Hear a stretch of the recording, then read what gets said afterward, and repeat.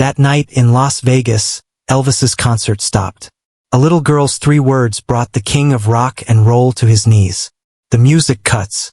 20,000 voices fall silent. Elvis Presley, mid-song, stops singing. His white jumpsuit glimmers under the stage lights as he walks to the edge of the stage. In his trembling hands, a crumpled piece of paper. His lips move, reading silently. Then it happens. The king's shoulders shake. Tears stream down his face. He drops to one knee right there in front of everyone. The audience doesn't understand. Not yet. But in 60 seconds, this moment will change everything they thought they knew about Elvis Aaron Presley. 2 hours earlier, the International Hotel was buzzing with pre-show energy. It was August 1974, and Elvis was in the middle of what would become one of his most memorable residencies. The lobby sparkled with sequins and anticipation as fans from across America gathered for another legendary performance. Among them, barely visible in the crowd, stood Margaret Collins, a 34-year-old single mother from Ohio, clutching her 7-year-old daughter Sarah's hand. Margaret had saved for 8 months to afford this trip. 2 bus tickets, a cheap motel room, and nosebleed seats that cost her more than a week's salary at the diner where she worked double shifts. But this wasn't about the money. This was about hope. 6 months earlier, doctors had delivered devastating news. Sarah had been diagnosed with a rare heart condition. The medical bills were crushing. The prognosis was uncertain. And Sarah, this bright little girl who loved to sing along to Elvis records on their old radio, was facing surgery that might change everything. In their small apartment, when the medical bills piled up and the future seemed dark, Sarah would put on Love Me Tender and dance around the living room. "Mama," she'd say, "when I meet Elvis, I'm gonna tell him he makes sick kids feel better." Margaret never had the heart to tell her daughter that meeting Elvis was impossible. The pre-show meet and greet was exclusively for high-paying VIP guests. The Collinses couldn't afford such luxuries. They had their tickets, period. But Sarah had spent the entire bus ride to Las Vegas working on something. A note. 3 words, written in her careful 7-year-old handwriting. As they found their seats in the upper balcony, Sarah folded the note smaller and smaller, pressing it into her tiny fist. "I'll find a way, Mama," she whispered. When Elvis took the stage at 10:15 p.m., the energy was electric. He opened with CC Rider, his voice powerful and commanding. The jumpsuit caught every spotlight, transforming him into the larger-than-life figure his fans worshipped. For the first hour, everything proceeded as scripted. Elvis performed his hits, bantered with the audience, and commanded the stage with the charisma that had made him a legend. But something was different that night. Maybe it was the way the stage lights hit the upper sections, illuminating faces he usually couldn't see clearly. Maybe it was the energy of the crowd, more emotional than usual. Or maybe, as some would later say, it was destiny. During Suspicious Minds, Elvis stopped mid-verse. The band continued for a few bars before they too fell silent. 20,000 people held their breath. Hold on, Elvis said into his microphone, his voice different now, softer. "There's something." He shielded his eyes from the stage lights, squinting into the upper balcony. "There's a little girl up there, and she's—" He paused. "She's trying to tell me something." Margaret felt her heart stop. Sarah had somehow managed to catch Elvis's attention. The little girl was standing on her seat, waving frantically, the small piece of paper clutched in her raised hand. Security guards immediately moved toward their section, but Elvis held up his hand. No, let me see what she wants to say." The arena fell into a silence so complete you could hear the air conditioning. Elvis walked to the edge of the stage, then did something unprecedented. He left the stage entirely, walking up the aisle toward the upper section where Sarah and Margaret sat. The crowd parted like the Red Sea. Camera flashes erupted. But Elvis only had eyes for the little girl who was now crying with excitement and terror. "What's your name, honey?" Elvis asked, his voice gentle as he reached their row. "Sarah," she whispered, so quietly only the people nearby could hear. "Sarah, that's a beautiful name. Now, What did you want to tell me? With trembling hands, Sarah unfolded her note. The paper was damp from her sweaty palm and wrinkled from being clutched so tightly. Elvis took it carefully, as if it were made of gold. He opened it, read it, and then the impossible happened. The king of rock and roll, in front of 20,000 people, began to cry. Not just tears. His whole body shook. He dropped to one knee right there in the aisle, bringing himself to Sarah's eye level. The note fluttered from his hand as he reached for her. On the paper, in careful 7-year-old handwriting, were 3 words, "Please help Mama." That's when Margaret broke. She told Sarah they were there for fun, for a special night out. She'd never told her daughter that this trip was her last desperate attempt to create a perfect memory before Sarah's surgery. She'd never explained that the money for these tickets came from selling her wedding ring. She'd never admitted that she'd written to Elvis's management team, to his fan club, to anyone who might listen, begging for help, for hope, for a miracle. But somehow, 7-year-old Sarah understood everything. Elvis pulled both of them into his arms, right there in the aisle. "What's wrong, Mama?" he asked Margaret, his voice thick with emotion. Through her tears, Margaret found her voice. She told him about Sarah's heart condition, about the medical bills, about the surgery scheduled for the following month. She told him how Sarah played his records when she was scared, how his music was the only thing that made her daughter smile during the hardest days. The arena remained silent, 20,000 people witnessing something no concertgoer had ever seen before. Cell phones didn't exist yet, but those present would remember every detail for the rest of their lives. Elvis listened to every word. When Margaret finished, he stood up, lifting Sarah into his arms. "Would you like to come down to the stage with me?" he asked her. Sarah nodded, speechless. What happened next became legend. Elvis carried Sarah down to the stage with Margaret following. The band watched in amazement as their leader, still carrying the little girl, approached the microphone.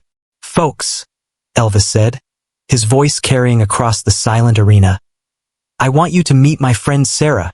She taught me something tonight about what music really means." He set Sarah down gently next to the piano. "Can you sing, sweetheart?" Sarah nodded. "What's your favorite song?" "Love Me Tender," she whispered. But here's where the story takes its most incredible turn. The part nobody expected. Elvis sat down at the piano, something he rarely did during concerts. He placed his hands on the keys and looked out at the massive audience. This little girl and her mama came all the way from Ohio to be here tonight. They saved everything they had, and they're facing something no family should have to face alone. He began to play the opening notes of Love Me Tender. But then he stopped. "Sarah, I want you to know something. Your mama loves you so much that she sold her wedding ring to bring you here tonight. She wanted to give you something special before your surgery. But what she doesn't know is that she's already given you the most special thing of all. She's shown you what love really means." Margaret collapsed into a chair someone had brought on stage, overwhelmed by emotion. Elvis continued, "And tonight, I want everyone in this room to understand what we're really here for. We're not just here for music. We're here for each other." He began playing again, and this time he sang. But halfway through the first verse, he stopped and gestured for Sarah to join him. Her small voice, barely audible through the sound system, began singing along. "Love me tender. Love me sweet. Never let me go." Then something magical happened. One by one, 20,000 people began singing with her. The entire arena became a choir, led by a 7-year-old girl with a heart condition and the king of rock and roll. When the song ended, Elvis did something else unprecedented. He took off his famous scarf, the one he'd worn for countless performances, and tied it gently around Sarah's neck. "This is for you, honey, and I want you to remember something. You're going to be okay. I know it. I can feel it." But Elvis wasn't finished. He pulled Margaret aside and whispered something in her ear. Her eyes widened, and she began crying again. Later, the audience would learn that Elvis had quietly arranged to cover all of Sarah's medical expenses. Not just the surgery, but all of it. The hospital bills, the follow-up care, even Margaret's lost wages while she stayed with her daughter during recovery. he also did something else. He arranged for his personal physician, Dr. Nick, to consult with Sarah's doctors. While Dr. Nick's later reputation would become controversial, at this time he was still highly regarded in the medical community, and his connections helped Sarah get access to the best cardiac specialists in the country. The concert resumed, but it was different now.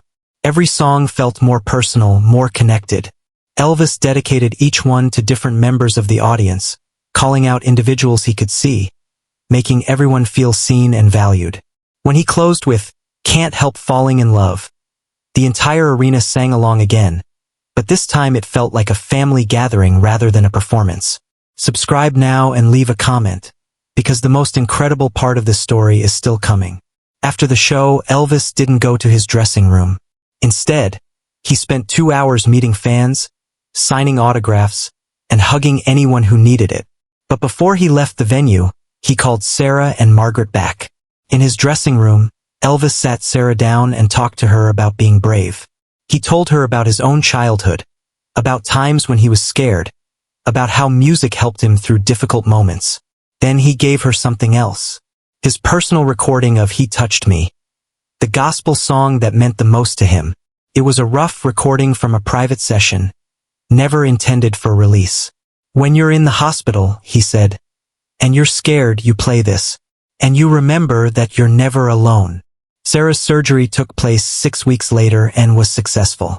The specialists Elvis connected them with used cutting-edge techniques that saved her life. During recovery, Sarah played Elvis's personal recording every day. The nurses said they'd never seen a child heal so quickly. 3 months later, Elvis's assistant called.